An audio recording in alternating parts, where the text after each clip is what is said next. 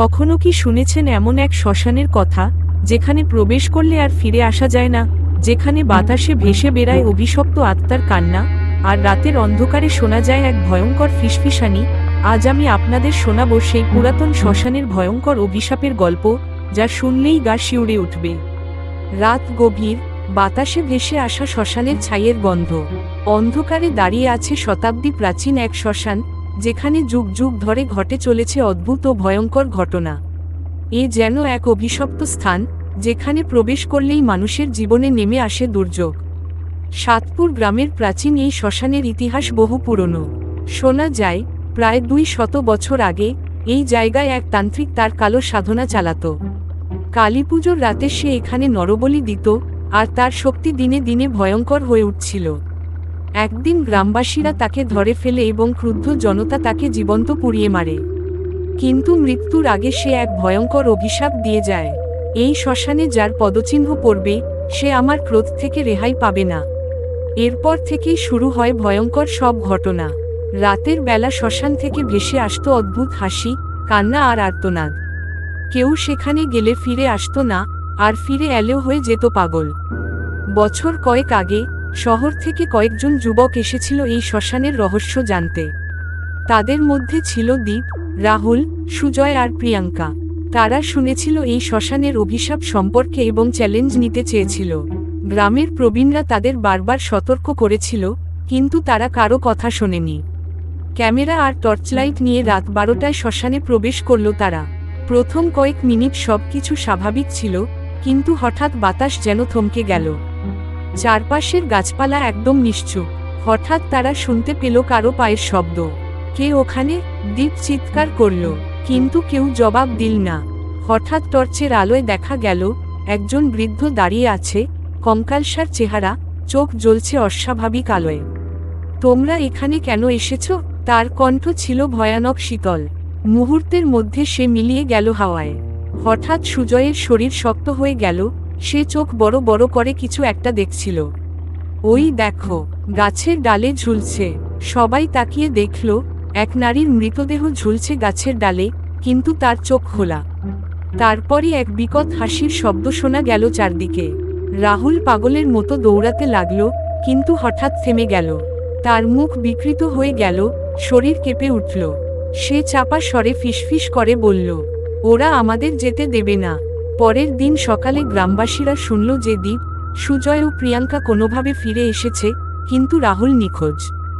অনেক খোঁজাখুঁজি করেও তার সন্ধান পাওয়া যায়নি। কিন্তু এর কয়েকদিন পর গ্রামের এক নদীর ধারে পাওয়া গেল রাহুলের মৃতদেহ। তার চোখ ছিল ভীতিতে ফেটে যাওয়া, আর তার কপালে লেখা ছিল, আমি ফিরে এলাম। আজও যারা সাহস করে এই শ্মশানে যায়, তারা হয় নিখোঁজ হয়ে যায়, নয়তো জীবনমৃত হয়ে ফিরে আসে। কেউ জানে না এই অভিশাপের শেষ কোথায়। রাহুলের মৃত্যু পুরো গ্রামকে আতঙ্কিত করে তোলে। কেউ আর পুরাতন শ্মশানের দিকে তাকানোর সাহসও পায় না। দীপ, সুজয় আর প্রিয়াঙ্কা ফিরে এলেও তারা স্বাভাবিক ছিল না। গভীর রাতে তারা চিৎকার করত, ঘুমের মধ্যে অস্পষ্ট কিছু বলে উঠত, আর ধীরে ধীরে তারা নিজেরাই বদলে যাচ্ছিল। সুজয়ের শরীর শুকিয়ে যাচ্ছিল, তার চোখের নিচে গভীর কালি পড়েছিল। সে সারাদিন এক জায়গায় বসে থাকত, আর ফিসফিস করে বলতো, ওরা আসছে, আমি তাদের দেখতে পাচ্ছি। প্রিয়াঙ্কা একরাতে নিজের ঘরে আয়নার সামনে দাঁড়িয়েছিল। হঠাৎ তার মা দেখল, সে আয়নায় নিজের প্রতিচ্ছবির সঙ্গে কথা বলছে, কিন্তু প্রতিচ্ছবিটি আসল প্রিয়াঙ্কার মতো আচরণ করছিল না। তুমি কে? তার মা চিৎকার করে জিজ্ঞেস করল। প্রিয়াঙ্কা ধীরে ধীরে ঘুরে তাকালো, তার চোখ ছিল সম্পূর্ণ সাদা। এরপর দীপ একদিন হঠাৎ নিখোঁজ হয়ে যায়। তাকে খুঁজতে গিয়ে তার পরিবার তার ঘরে কিছু অদ্ভুত জিনিস খুঁজে পায়। এক পুরনো ছেঁড়া ডায়েরি, যেখানে লেখা ছিল তান্ত্রিকের অভিশাপ সম্পর্কে কিছু মন্ত্র। রক্তের দাগ, যা ঘরের মেঝেতে অজানা কোনো আকৃতির মতো ছড়িয়েছিল। আর এক টুকরো কাগজ, যেখানে লেখা ছিল, আমার আর সময় নেই, শ্মশান আমাকে ডাকছে।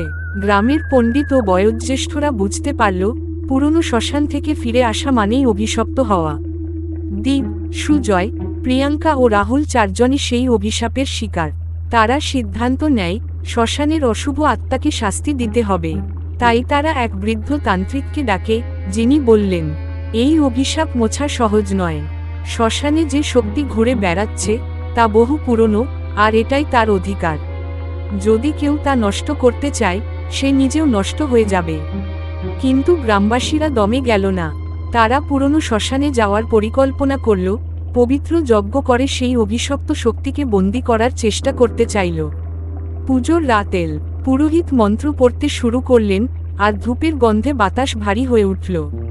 কিন্তু ঠিক তখনই চারপাশের বাতাস কেঁপে উঠল, আর শ্মশানের ভেতর থেকে ভেসে এল এক নারকীয় চিৎকার। তোমরা ভুল করছো, আমার শক্তি ধ্বংস করা সম্ভব নয়। ধোঁয়ার ভেতর থেকে ফুটে উঠল সেই ভয়ঙ্কর ছায়ামূর্তি। তার চোখ ছিল রক্তের মতো লাল, হাতগুলো ছিল লম্বা আর বিকৃত। সে যেন সমস্ত বাতাস শুষে নিচ্ছিল। যজ্ঞবেদীতে আগুন বাড়তে লাগল, চারপাশের গাছগুলো দুলতে শুরু করল, আর একসময় বিকট আওয়াজে সবকিছু স্তব্ধ হয়ে গেল।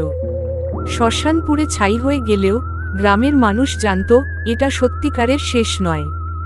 দিন কয়েক সব স্বাভাবিক মনে হলেও নতুন ভয়ঙ্কর ঘটনা ঘটতে শুরু করল। রাতে গ্রামের কিছু মানুষ দেখতে পেত দীপ, সুজয় আর প্রিয়াঙ্কার ছায়ামূর্তি শ্মশানের পথে হাঁটছে। একদিন গ্রামের এক রাখাল ছেলে চিৎকার করে দৌড়ে এল। তার মুখ ফ্যাকাশে আর শরীর কাঁপছিল।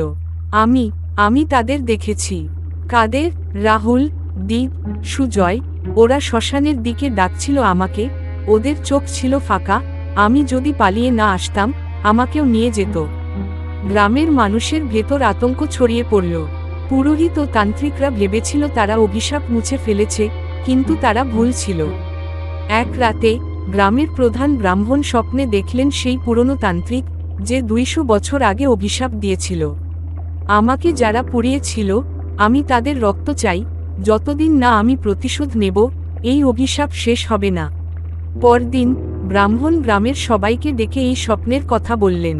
তখন গ্রামের সবচেয়ে বয়োজ্যেষ্ঠ মানুষ কেঁপে কেঁপে বললেন, আমাদের পূর্বপুরুষরা ভুল করেছিল। সেই তান্ত্রিক সত্যিই ভয়ঙ্কর ছিল, কিন্তু তাকে যে উপায়ে মারা হয়েছিল, তাতে তার প্রতিশোধের আগুন কখনো নেভেনি। তাহলে এখন কি হবে? তার আত্মাকে মুক্তি দিতে হবে। বয়স্কদের পরামর্শে গ্রামের সবাই আবার পুরাতন শ্মশানে একত্রিত হল। তারা সিদ্ধান্ত নিল, সেই তান্ত্রিকের আত্মাকে শান্তি দেওয়ার জন্য তার নাম নিয়ে পুজো করবে এবং তার আত্মাকে ক্ষমা চাইবে। রাত 12টার সময় শুরু হলো যজ্ঞ। ব্রাহ্মণ মন্ত্র পড়ছিলেন, আর গ্রামের মানুষ আগুনের চারপাশে দাঁড়িয়েছিল। ঠিক তখনই শ্মশানের পোড়া মাটি থেকে ধোঁয়া উঠতে লাগলো।